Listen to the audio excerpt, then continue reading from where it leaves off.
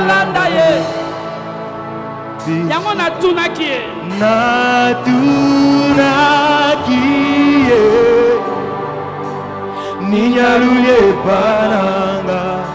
Nazana makasite. Ayanolinga. Alukaka batwa makasite. Alukaka oya boto. Yango mikolo nyonso. Mikolo nyonso. Nasambela kazambalola. Abatela motema nanga. Soki mi pepe. Soki mi pepe. Soki banguna batelemi. Etananga na sakola. Je serai couronné. Je serai couronné. Yeah, yeah, yeah. Je serai couronné après ce combat. Et Gosuka Boyote. Je serai couronné. Yeah, yeah. Je serai couronné. C'est une confession de foi. Ozoyema. Je serai couronné.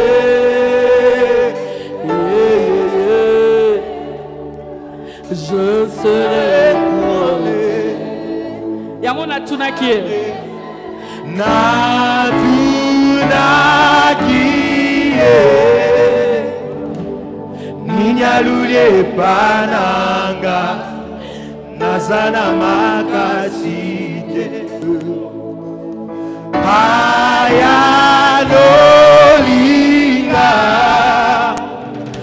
Alukaka batwa makasite. Alukaka oya boto. Yango mikolo nyonso. Mikolo nyonso. Nasambela kazambalola. Abatela motema nanga. Soki mi pepe.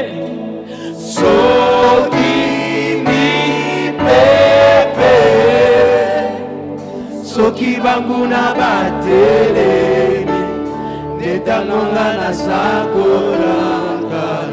Je serai couronné. Je serai couronné. Yeah, yeah. Je serai couronné après ce combat. Je serai couronné. Yeah, yeah. Je serai couronné après ce combat. Chante, je serai couronné. Je serai couronné. Yeah, yeah, yeah. Je serai couronné. Est-ce que tu peux le chanter comme une prière? Je serai couronné. Yeah, yeah, yeah. Je serai couronné.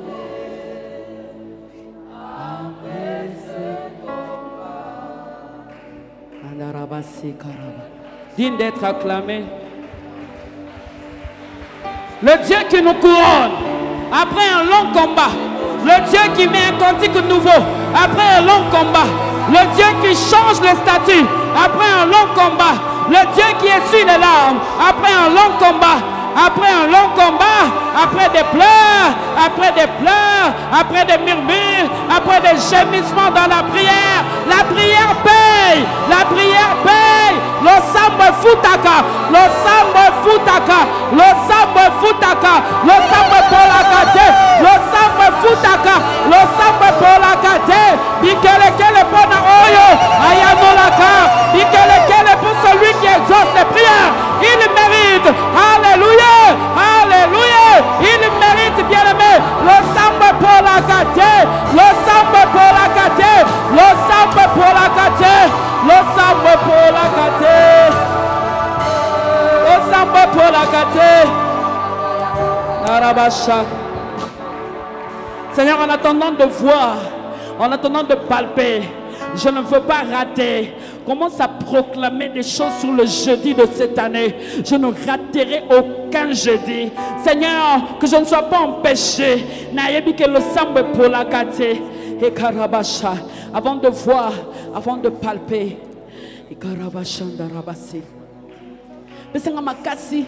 Besanga makoki ya continuer kozela pona mona pona tatola. Donne-moi la force, donne-moi la force, toi qui crée le vouloir et le faire. Esanga makasi, esanga makoki, esanga mayele mara salela yo, esanga makasi, esanga makoki. Que je ne me fatigue pas.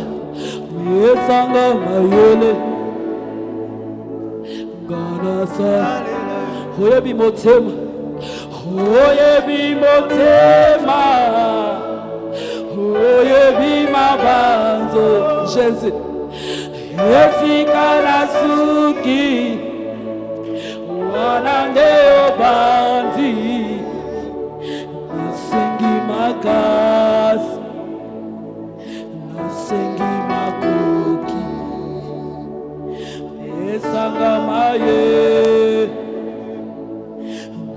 C'est une prière sans instrument de Zoloba Apesa Biso.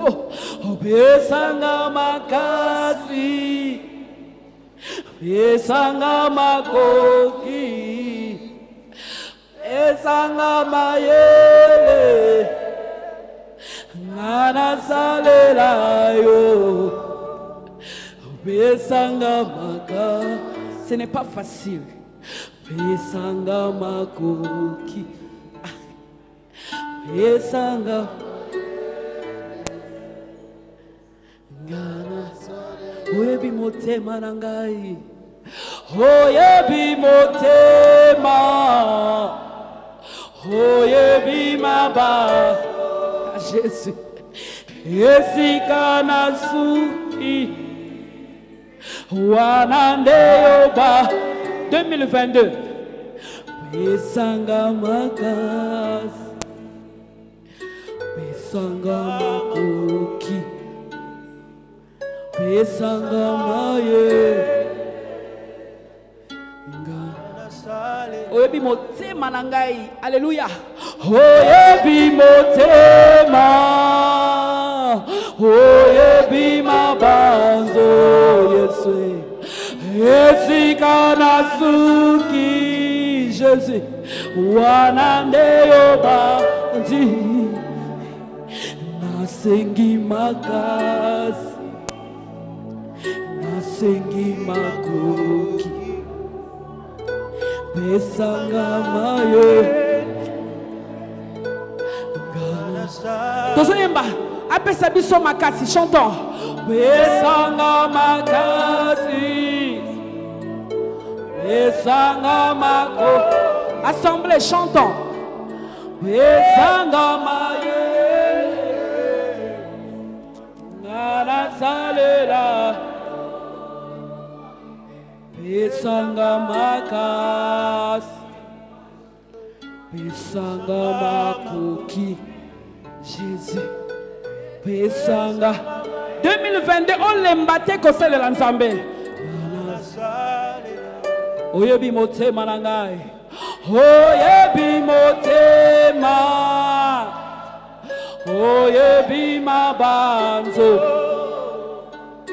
esika nasuki, wanande yobanzi, Jésus, nasengi, nasengi makoki.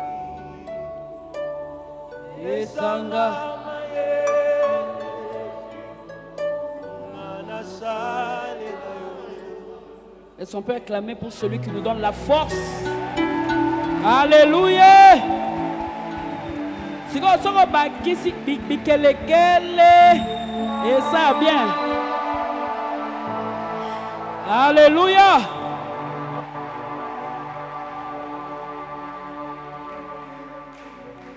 Seigneur, merci pour ta parole.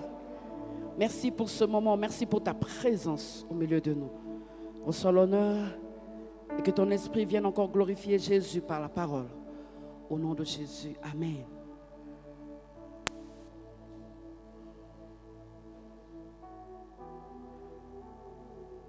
Shalom.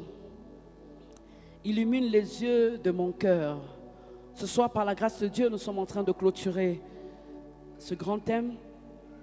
Et je suis dans Éphésiens 1. Bien sûr, la partie d'illuminer commence par le verset 18. Mais nous allons commencer à lire à partir du verset 15. Merci à Dieu qui me donne la force d'être ici debout. Ce n'est pas une habitude, une routine, non. C'est vraiment la grâce de Dieu.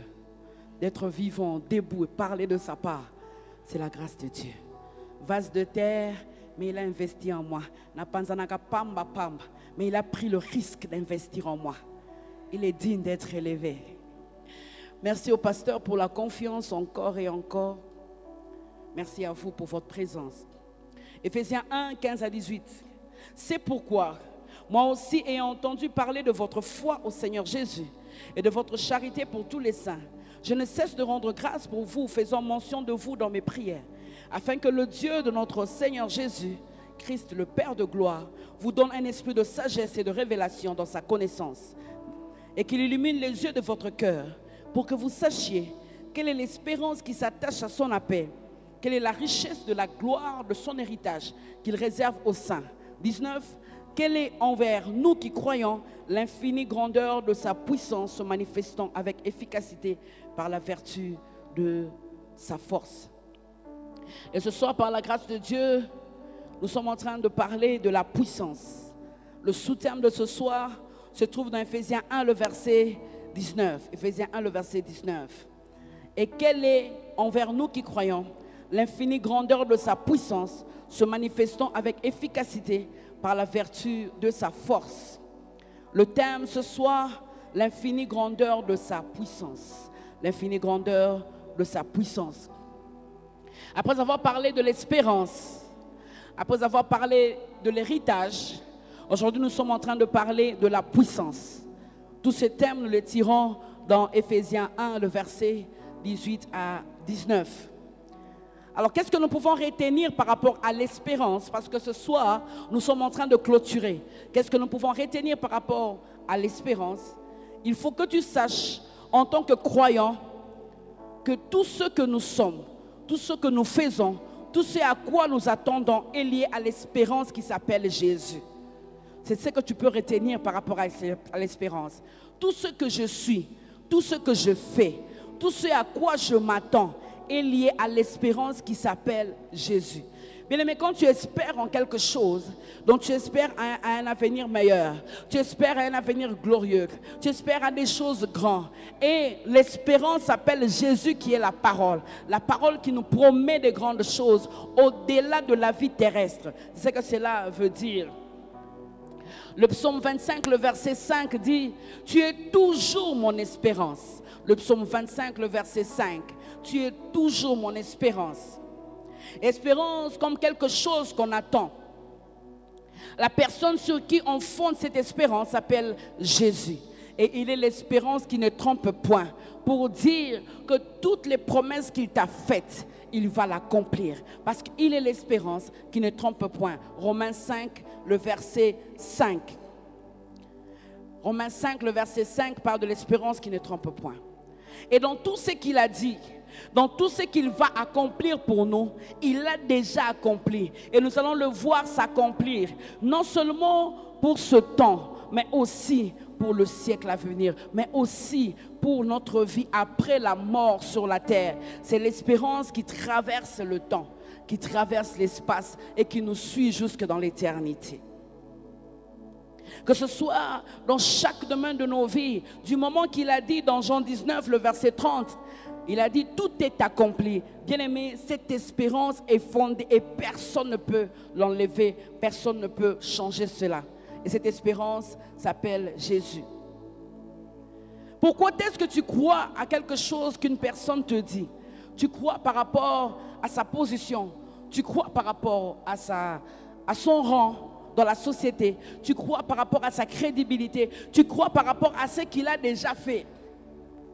S'il a déjà fait ceci, s'il est tel dans la société, alors s'il m'a promis, c'est qu'il va le faire. Maintenant, j'aimerais que tu convertisses cela dans ta marche chrétienne pour dire, s'il est Dieu, alors il ne ment pas. Tout ce qu'il a dit, il va le faire. Le psaume 138, le verset 2, psaume 138, le verset 2, la Bible dit, car ta renommée s'est accrue par l'accomplissement de tes promesses. Par l'accomplissement de tes promesses.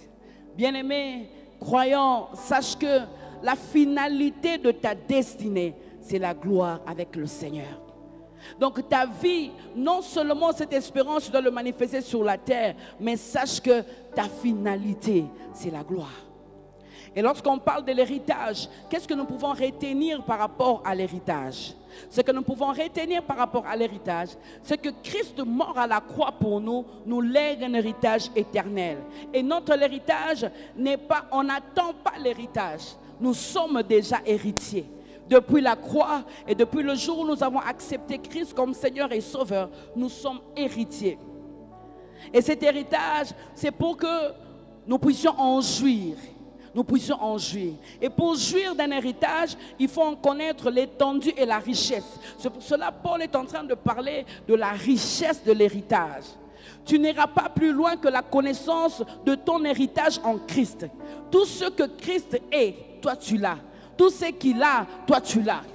Que ce soit en termes de position, que ce soit en termes de gloire, que ce soit en termes de puissance, tout ce qu'il a, nous l'avons. Il nous l'a légué par sa mort. Tout ce qui est à Christ est à nous. Un chrétien qui connaît son héritage, il n'aura pas à rester à réclamer la protection, à réclamer, à pleurer, à dire Seigneur, pourquoi tu m'as abandonné? Seigneur, pourquoi tu me laisses? Non. Quelqu'un qui connaît son héritage, lorsqu'il entrera, il sera en train de réclamer pour dire, tu as dit dans ta parole que toi tu vas garder mon départ et mon arrivée. Alors Seigneur, garde-moi là où je vais. Tu as dit dans ta parole par tes maîtres, si je suis guéri. Pourquoi? Parce que tu connais ces choses. Tant que tu ne connaîtrais pas la richesse de l'héritage que Dieu t'a légué, tu seras un chrétien tout le temps découragé, tout le temps tu seras fatigué, tout le temps tu diras, oui, je ne sais pas s'il va faire, peut-être qu'il va faire, je ne sais pas. Ta foi, c'est par rapport à la connaissance que tu as de ton héritage. Enfin, à côté de ces trois choses, comme j'avais dit, par rapport à l'héritage, j'ai donné l'exemple la fois passée, tu ne peux pas prendre plus que ce que tu crois que tu as. C'est pour cela qu'il y a certaines personnes qui entrent dans la présence de Dieu, ça c'est un exemple banal, et puis disent Seigneur, je viens d'une voiture, donne-moi même une petite voiture. Mais moi qui crois que Dieu est capable de faire des grandes choses, je dis Seigneur, je ne veux pas une voiture d'occasion parce que toi tu es le Dieu qui est capable de me donner une voiture neuve en sachet. Pourquoi je dois toujours commander, être là, entrer? Non, pourquoi je ne peux pas entrer dans l'usine et puis je dis, je mets cette voiture, ça coûte combien? On me dit 80 000, ok voilà, j'achète 80 000. Pourquoi? Parce que je crois que Dieu à qui appartient l'or et l'argent, il est capable de me donner cet argent. Parce que je crois à l'héritage. Tu ne prendras pas plus que ce que tu crois que tu as. Ça, c'est très important. Tu peux peut-être avoir l'héritage, mais si toi-même, tu ne saisis pas. Si tu ne sais pas qu'on t'a légué des voitures et que chaque jour, tu prends des taxis et puis tu rentres. Et puis quelqu'un te rentre et dit, oh, pourquoi tu es en taxi? Ah, j'essaie d'économiser. Comment d'économiser? Non? Il y a des véhicules là-bas que ton père a laissés, ou que je ne savais pas. Bien aimé, la connaissance de l'héritage te donnera la victoire sur les situations de la vie. À côté de ces deux choses, aujourd'hui, je vais parler de la puissance. Parce que dans la prière de Paul, il termine par la puissance. Le psaume 68, le verset 28. 28 ou 29, ça dépend des versions. Le psaume 68, 28 ou 29. La Bible dit, ton Dieu ordonne que tu sois puissant. Ton Dieu ordonne, c'est un ordre, que tu sois puissant. Psaume 68, 28 ou 29. Alors, lorsque Paul ici est en train de parler dans Éphésiens 1, le verset 19. Quelle est envers nous qui croyons l'infinie grandeur de sa puissance, se manifestant avec efficacité par la vertu de sa force. Bien aimé, je dois vous dire que même moi-même, quand je lis là, je ne comprends rien. Qu'est-ce qu'il veut dire exactement? Qu'est-ce que Paul veut dire exactement? Pour mieux comprendre ce que Paul est en train de dire exactement, il faut comprendre le sens grec de la puissance ici. Ici, on parle de la puissance dans la vie du croyant. Ce n'est pas une puissance vague de Dieu, non. C'est la puissance de Dieu dans la vie du croyant.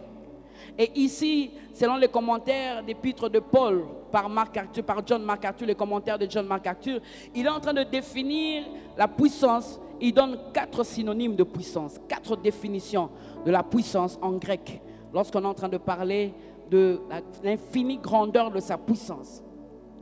Paul fait allusion à quoi? Paul est en train de dire, du moment que tu as reçu Christ, tu as reçu, je ne sais pas comment je peux expliquer ça. On dirait que tu es branché par un courant qui fait que tu n'as plus le droit de t'éteindre parce que tu es branché à quelque chose de fort. Et ici, on appelle ça dynamis.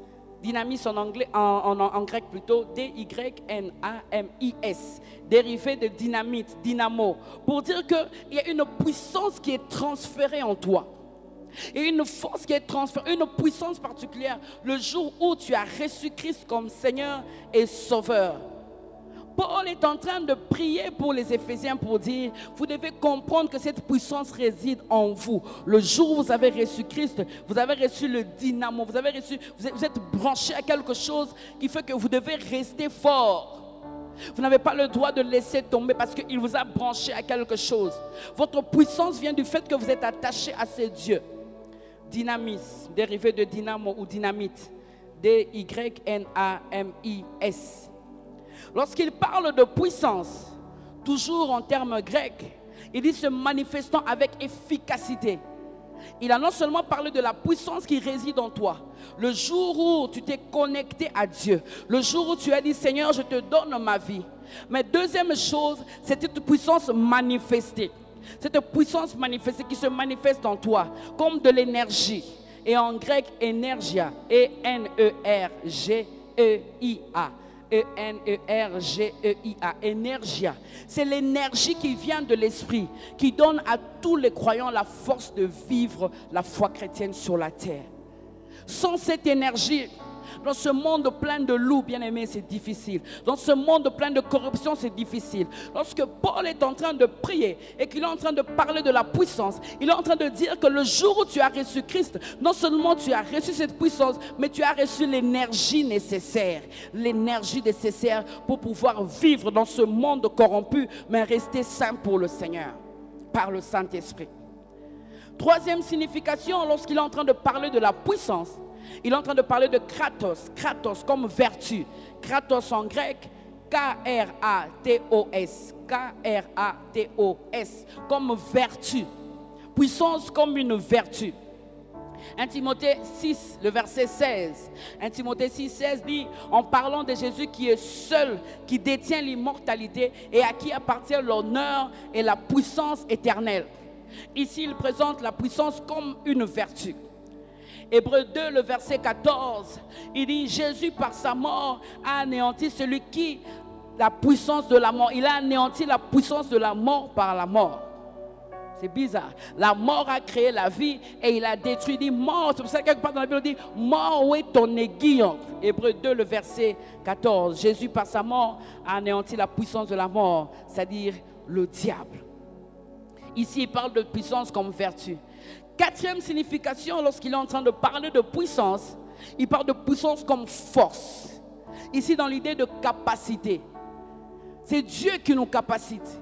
Nous venons, nous sommes disponibles, mais c'est lui qui nous capacite.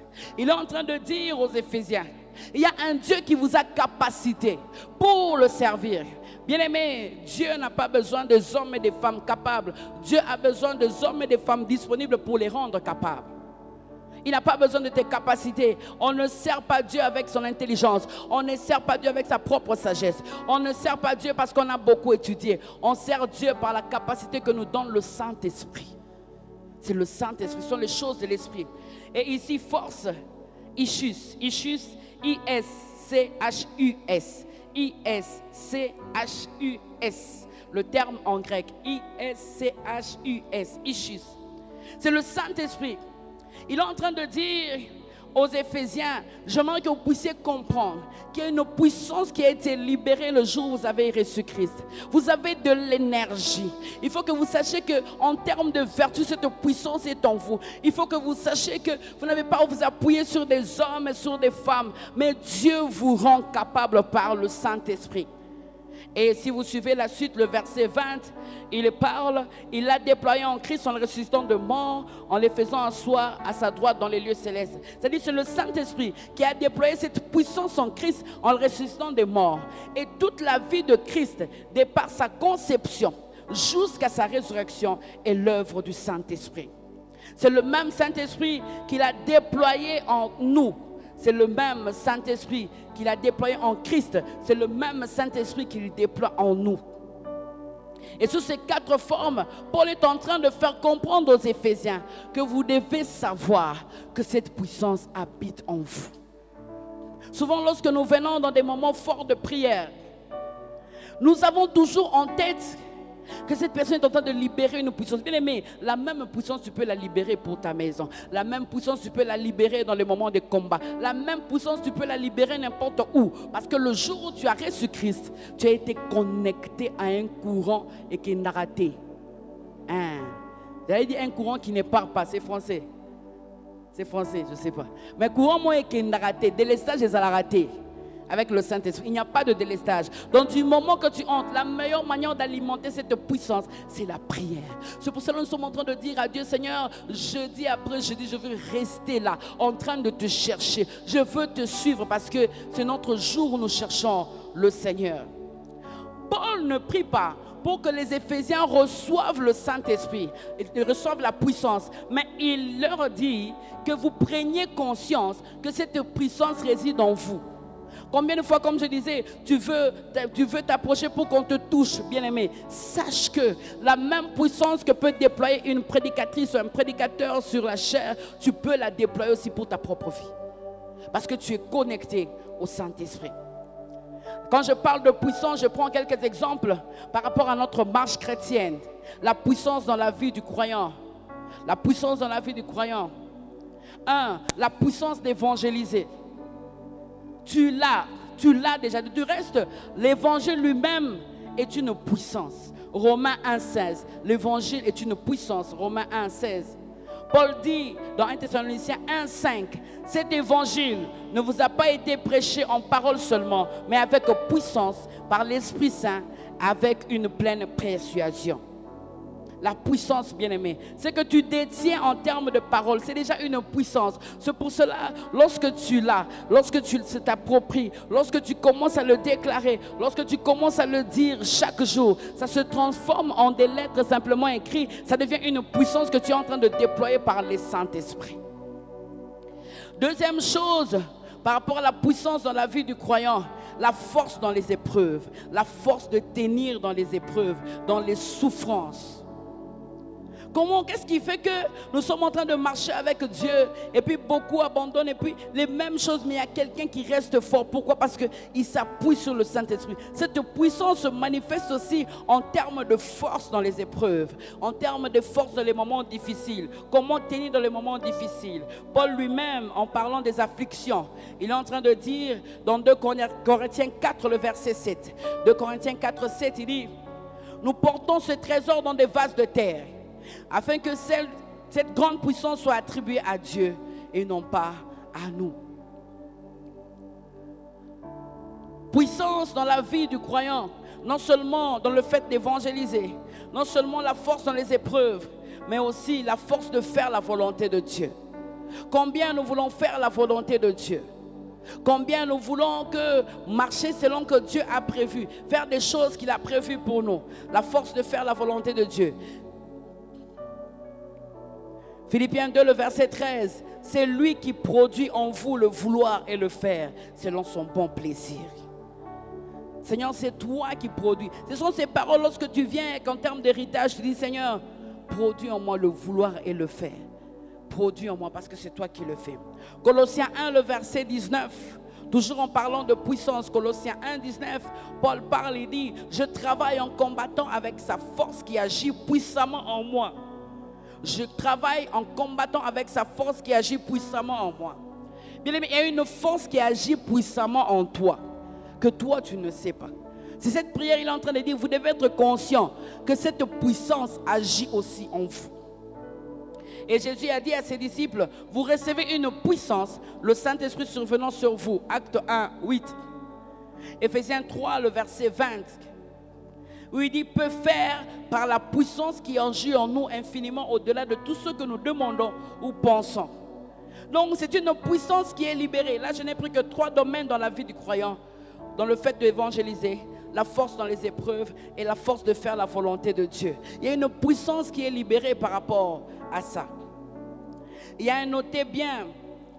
Lorsque Paul parle de la résurrection de Christ dans Éphésiens 1, le verset 20, il veut tout simplement dire que la résurrection de Christ annonce notre résurrection. C'est-à-dire, Paul est en train de parler aux Éphésiens pour dire, ne pensez pas que la vie s'arrête ici. Il y a encore une autre vie, et c'est une vie glorieuse que Dieu nous a accordée dans l'éternité. Il parle de la résurrection de Christ. Il veut tout simplement que la résurrection de Christ annonce notre résurrection, de celles qui nous ont déjà précédés dans la gloire. C'est cette même puissance qui a ressuscité Christ d'entre les morts et qui l'a changé en un autre corps. C'est cette même puissance qui va ressusciter ceux qui nous ont déjà précédés dans la gloire et qui va nous ressusciter nous lorsque nous allons aller dans la gloire du Père et nous changer notre corps en des corps glorieux. Ça sera par la même puissance du Saint-Esprit. C'est pour cela qu'il dit dans Éphésiens 1, le verset 20, il l'a déployé en Christ. C'est comme s'il est en train de dire, bien-aimés, vous avez une puissance, vous avez quelque chose que Dieu vous a donné, mais que vous ne savez pas, que vous n'utilisez pas. Bien-aimés, j'aimerais dire à quelqu'un ce soir, tu fais chômer l'énergie que Dieu t'a donnée. Va puiser dans la source qui ne tarit pas. Alors que tu es fatigué, je viens puiser la force nécessaire. Je viens puiser l'énergie nécessaire. Tu es en train de faire chômer la force que Dieu t'a donnée. Souvent, nous avons l'habitude de croire que quand on parle de puissance, et puis on est là, et puis tout le monde tombe. C'est au-delà de ça. Il veut que tu puisses vivre cette puissance chaque jour de ta vie. Parce que la vie chrétienne, ce n'est pas le fait que tu t'assieds et puis tu tombes et puis tu te réveilles. Demain matin, tu dois aller à l'école. Demain matin, tu vas aller à l'université. Tu vas faire face à des choses qui vont faire que tu dois manifester cette puissance en toi. Tu dois manifester cette force en toi de continuer à tenir dans les moments difficiles. Ici, nous venons pour nous recharger et pour que nous allions manifester les caractères de Dieu dehors. Il y a quelqu'un qui fait chômer l'énergie. Tu fais chômer la force. Tu fais chômer les capacités que tu as en Christ. En passant tes journées à te lamenter sur des choses que tu ne maîtrises pas. Et il y a quelqu'un qui pleure et il dit, Seigneur, quelle sera ma vie en 2025? On est encore en 2022. C'est même le début. Bien aimé, il y a des choses que nous n'allons pas maîtriser. Il y a des choses que tu ne maîtrises pas. Et ici, j'aimerais répondre à une question. Pourquoi Dieu nous éclaire? Pourquoi il nous éclaire? Pour 3 raisons. Il nous éclaire pour 3 raisons. Il illumine les yeux de nos cœurs pour 3 raisons. Non seulement tu dois savoir que tu as cette puissance en toi en termes d'énergie, en termes de force, mais aussi tu dois savoir pourquoi tu dois être illuminé. Premièrement, pour ne plus croire aux mensonges de l'ennemi. Pour ne plus croire aux mensonges de l'ennemi qui t'amène dans les ténèbres, qui te fait voir toujours le tableau sombre, des choses qui ne marchent pas, mensonge sur mensonge, qui te fait croire qu'au-delà d'une épreuve que Dieu t'a abandonné. Non, c'est pour ne plus croire aux mensonges de l'ennemi, c'est pour ne plus rester dans les ténèbres de l'ennemi. Le mensonge de l'ennemi, c'est lorsque le mariage tarde et l'ennemi vient te dire, le Seigneur t'a abandonné. Tu sais ce que tu dois faire, il faut seulement que tu trouves quelqu'un là, et puis tu fais avec lui un enfant, et puis bon, ça marche, et puis bon, tu vas demander pardon à Dieu. Mais quelqu'un qui est illuminé par les yeux de son cœur, il dira, Seigneur, je ne sais pas ce que tu veux m'apprendre, mais je veux continuer à croire que tu vas rester avec moi. Alors je m'appuie sur toi, Saint-Esprit, donne-moi la force. Bien-aimé, le Saint-Esprit chaume. Réveille-toi le matin, dis, Saint-Esprit, soutiens-moi. Saint-Esprit, face à cette situation, face à cette sollicitation, j'ai comme l'impression que je vais céder. Mais aide-moi à rester ferme. Parce qu'aujourd'hui encore, je veux voir cet homme, je travaille avec lui, il me propose tellement de choses, je sens que mon cœur commence. Saint-Esprit, donne-moi la force. Bien aimé, on manifeste sa chrétienté dehors, pas à l'église. C'est là-bas que tu dois manifester ta chrétienté. C'est là-bas qu'on doit voir que tu es enfant de Dieu. C'est là-bas qu'on doit comprendre qu'il y a des choses que tu fais et des choses que tu ne fais pas. Mais pour arriver à cela, il doit illuminer les yeux de ton cœur. Pour que lorsque tu regardes les sollicitations, toi tu vois cela comme un piège. Pourquoi il nous éclaire? Troisièmement, il nous éclaire pour que nous puissions connaître, comme j'ai dit, je suis en train de conclure, l'espérance, l'héritage et la puissance.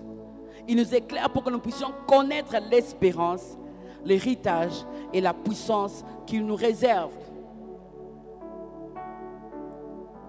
Pour que nous puissions connaître l'espérance, l'héritage et la puissance qu'il nous réserve. Pourquoi il nous éclaire? Pour que nous ne puissions plus subir dans la vie.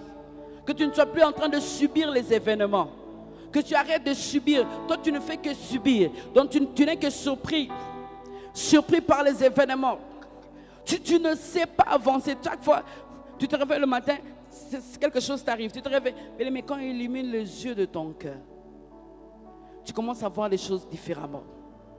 Même lorsqu'on vient te dire quelque chose, les gens sont ébranlés, tu restes calme. Pourquoi? Parce que tu es resté connecté à l'esprit et il a illuminé. Tu vois Dieu partout. Tu vois Dieu dans la maladie, tu vois Dieu dans l'épreuve, tu vois Dieu partout. Lorsque la maladie frappe, tu dis, c'est que Rapha veut faire quelque chose. Je crois que Dieu veut me donner un autre témoignage. Il veut me faire croire qu'il va faire quelque chose ici. Donc, dans tout ce qui se passe, bon ou mauvais, tu vois la main de Dieu. Parce que tes yeux sont illuminés. Bien-aimé, ce soir, réjouis-toi pour ce que tu as en Christ. Réjouis-toi pour ce que tu as en Christ. Réjouis-toi pour ce que tu es en Christ. Du reste, il ne va pas tout te montrer. Même s'il doit t'éclairer, il ne doit pas tout te montrer. Bien-aimé, le Seigneur ne te montrera pas ce qui va se passer en juin 2025. Il dit quoi? Psaume 119, le verset 105. Ta parole est une lampe à mes pieds et une lumière sur mon sentier. Tu as besoin de cette lampe. La lampe n'éclaire que comment je peux dire? La lampe n'éclaire que ton pas. Donc quand tu fais un pas, quand tu fais deux pas, donc tu es obligé de rester connecté. Pourquoi? Il marche avec toi pas à pas, pas à pas. Il te dit la prochaine étape et puis tu avances. Il te dit la prochaine étape et puis tu avances. C'est comme ça qu'on avance avec le Seigneur. C'est pour cela chaque jour on a besoin d'ouvrir sa parole. On a besoin de connaître sa pensée. Chaque fois on a besoin d'avoir une orientation. Pourquoi? Parce que c'est une lampe. Une lampe qu'on tient pour voir là où on doit mettre le pied. C'est rassurer que vraiment là où je mets le pied, ce n'est pas le piège de l'ennemi. Alors comment il nous illumine? Comment il nous illumine? Je vous ai dit dès le début que ce message, j'ai été beaucoup fortifié par le message du docteur Atoms qui a parlé aussi d'éclairer les yeux. Et c'est là que je me suis inspiré quand il dit comment il nous illumine. Premièrement, il nous illumine. Il fait trois choses lorsqu'il nous illumine. Comment il illumine nos yeux de nos cœurs? Il nous aveugle du monde. Il nous aveugle du monde. Comment il nous aveugle du monde? C'est-à-dire, il enlève toute notre attention sur des choses qui peuvent le remplacer lui. Sur des choses sur lesquelles tu pouvais t'appuyer. Il enlève toutes ces choses-là pour que tu restes connecté à lui. La manière aussi pour lui d'enlever ce travail dans ta vie, c'est pour t'illuminer encore davantage. Pour que tu n'aies que lui et lui seul. Parce qu'il se dit, tu as comme l'impression que le travail, en fait... Comme on dit en lingala, tu as même oublié le Dieu qui donne le travail. Et du coup, tu te tournes vers des gens qui viennent te dire, tu peux être protégé, voilà des quelques feuilles, voilà. Tu as oublié le Dieu qui t'a mené jusque-là. Alors lorsque tu rentres, tu commences à réfléchir, ils m'ont proposé ceci, je dois aussi me protéger. C'est à ce moment-là, mon enfant est en danger. Demain, tu pars, complot, et puis... on t'enlève de ce travail. C'est à ce moment-là que tu viendras chaque jeudi pour dire, Seigneur, tu es mon appui. Je ne compte que sur toi. Et il commence à illuminer. Il commence à illuminer. Il t'aveugle des choses qui pour le monde sont des appuis pour que tu le prennes lui-même comme seul appui. Le monde nous dit, pour avancer, il faut avoir un parapluie. Le monde nous dit, pour voir des promotions femmes, il faut sortir avec le chef. Le monde nous dit, pour avoir autour de toi des gens, il faut corrompre puis leur donner de l'argent. Tant que tu auras ça comme appui, Le Seigneur te dit, pour bien l'éclairer, je dois le sortir de ce monde, pour qu'il puisse regarder comme Paul, des choses qui étaient comme des gains. Il commence à regarder comme de la boue, comme de la perte. De telle sorte que lorsqu'un homme viendra avec un téléphone haut de gamme, il regarde, tu dis, ça c'est de la boue. Il a tellement illuminé les yeux de mon cœur que je l'aime plus que l'argent, que je l'aime plus que tout ce que tu peux me proposer. Nakoma kolanda ye, ye ye ye, nakoma kolanda ye, bisika nyoso. Tu ne peux pas être illuminé tant que tu as encore des appuis sur le monde. Tu ne peux pas être illuminé tant que tu trembles devant 100 000 $. Tu ne peux pas. Il faut que tu regardes ces 100 000 $. Tu dis, ça vient d'où? Ah, mais on t'avait dit, non? On t'a dit ce qu'on a fait hier. Hein? Ça, c'est ta part. Ça, c'est de la boue. Je ne peux pas. Je préfère laisser avec les 100 000. Je rentre à pied en sifflant. Nakoma kolanda ye, ye ye ye. Nakoma kolanda ye. Natuna kiye.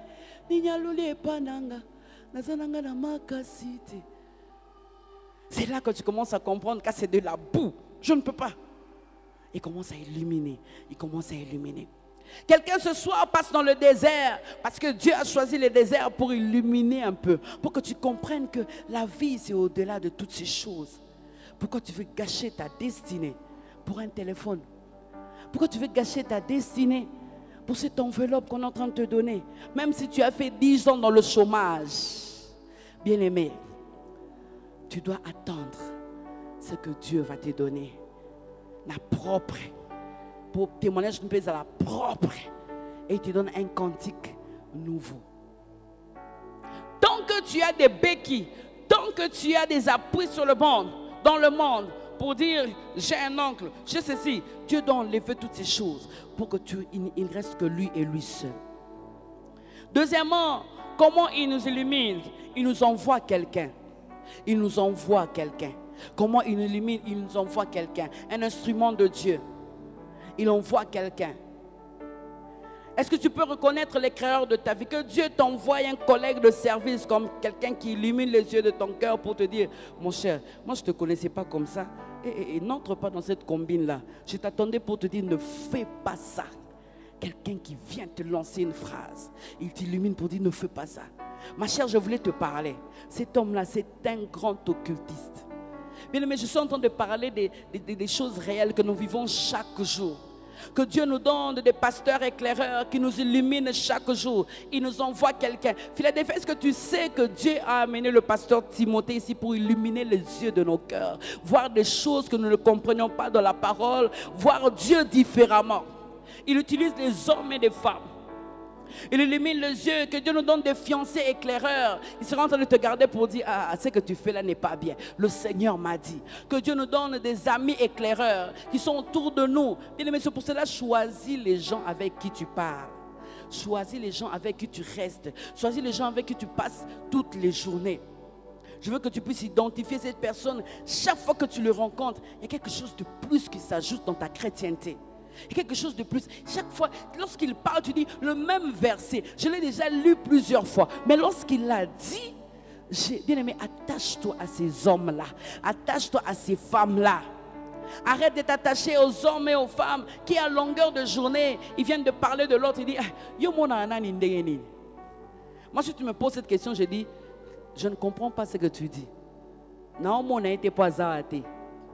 Je vais te faire comprendre que je ne suis pas là-bas. J'ai besoin de gens qui éclairent, qui illuminent les yeux de mon cœur. J'ai besoin de gens qui viennent me dire, tu sais toi, tu seras une grande dame. Tu sais toi, Dieu t'a appelé à des grandes choses. Tu sais toi, tu vas aller très loin. Écoute, la Bible dit, il ne faut jamais lâcher. J'ai besoin de ces hommes et de ces femmes éclaireurs qui éclairent, qui illuminent les yeux de mon cœur, qui me disent, vas-y, tu es fort, tu vas y arriver. Je n'ai pas besoin de gens qui me font perdre du temps à parler, à me dire des choses que je ne saisis pas, des choses que je ne comprends pas, qui me disent tout le temps, comment tu trouves le pays? Le pays c'est qu'il est. Je prie pour que ça change, mais cela ne m'arrête pas dans ma démarche, cela ne m'arrête pas dans ce que je dois faire, cela ne m'arrête pas dans des choses que des gens que je dois contacter, ça ne m'arrête pas dans mon travail, parce que j'ai des choses à faire, parce que ma bénédiction ne dépend pas de ce pays, ma bénédiction est en moi. La bénédiction dépend de ce que Dieu a dit que je suis et de ce que Dieu a déposé en moi. Ma bénédiction dépend de l'héritage que j'ai.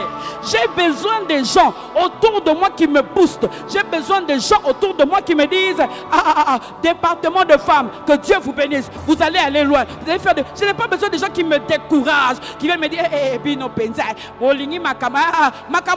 parce que Dieu est grand. Je sers un Dieu grand, je sers un Dieu fort. Je ne peux pas rester dans des petites choses. J'ai besoin de quelqu'un autour de moi qui me montre la grandeur de Dieu. J'ai besoin de quelqu'un autour de moi qui me dise, tu as quelque chose de Dieu. Il y a quelqu'un qui illumine. Dieu dit, oui, c'est vrai.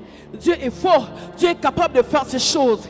Bien aimé, j'insiste, choisis les gens avec qui tu peux être. Choisis les gens avec qui tu peux rester toute la journée. Il faut que tu aies quelqu'un chez qui lorsque tu tournes le regard, tu commences à lui parler, il te dit, arrête de pleurer. Parce que la Bible dit, pour tous ceux qui vivent, il y a de l'espérance. Sache que toi, tu ne vas pas terminer comme ça. Des gens qui te boostent, des gens qui te disent, tu vois cette sollicitation-là, c'est là, j'ai besoin des éclaireurs. J'ai besoin des gens qui illuminent. Et le Seigneur a placé dans cette église des hommes et des femmes, des pasteurs qui sont là. Chacun dans son temps, ils illuminent les yeux de nos cœurs. Lorsque le pasteur Zaché vient, il te parle du sacerdoce. Il te parle de toutes ces choses. Lorsque le pasteur intelligent vient, il projette des choses. Tu dis, je ne savais pas que ça existait. Des éclaireurs pour nous illuminer. Des choses que tu ne savais pas pour faire tomber les écailles de tes yeux. Troisièmement, on peut acclamer.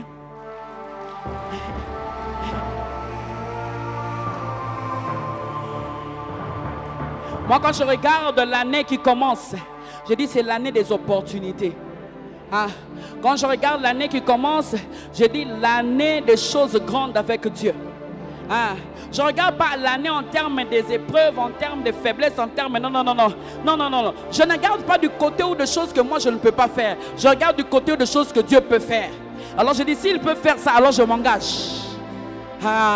Je veux que tu regardes 2022, tu dises l'année des grandes choses pour ma vie. Parle, l'année des grandes choses pour ma vie. Ce que tu dis ne dépend pas de ce que tu as. Parce que quand il dit l'Éternel est mon berger, je ne manquerai de rien. C'est même quand je n'ai rien, je ne manquerai pas la force qu'il faut. Je ne manquerai pas l'intelligence qu'il faut pour écrire mon projet. Et c'est ce projet qui m'amènera à l'argent. C'est pour cela que je ne manquerai de rien. Je ne manquerai pas la santé. Je ne serai pas malade. J'aimerais que tu comprennes que tout part de ton mentalité. Tout part de la manière dont tu vois les choses. Et quand je regarde quelqu'un qui murmure, quand je regarde quelqu'un qui me fatigue, je lui dis, tu n'as rien compris. Pousse-toi un peu là-bas, laisse-moi avancer. Quand je vais avancer, tu vas comprendre ce que je suis en train de faire. Alléluia. Entoure-toi des éclaireurs. Entoure-toi des éclaireurs. Comment il illumine? C'est là où nous terminons ce soir. Comment il illumine? Il nous donne une connaissance juste. Une connaissance juste. La connaissance, bien aimée, c'est la clé. La connaissance, c'est la clé.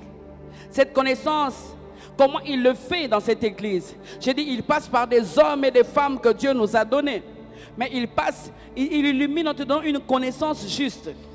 La connaissance, chaque mercredi, Dieu nous donne de la connaissance. Chaque jeudi, c'est ce que je suis en train de faire. Je suis en train de t'éclairer pour que tu arrêtes de penser que Dieu t'a laissé, Dieu t'a abandonné.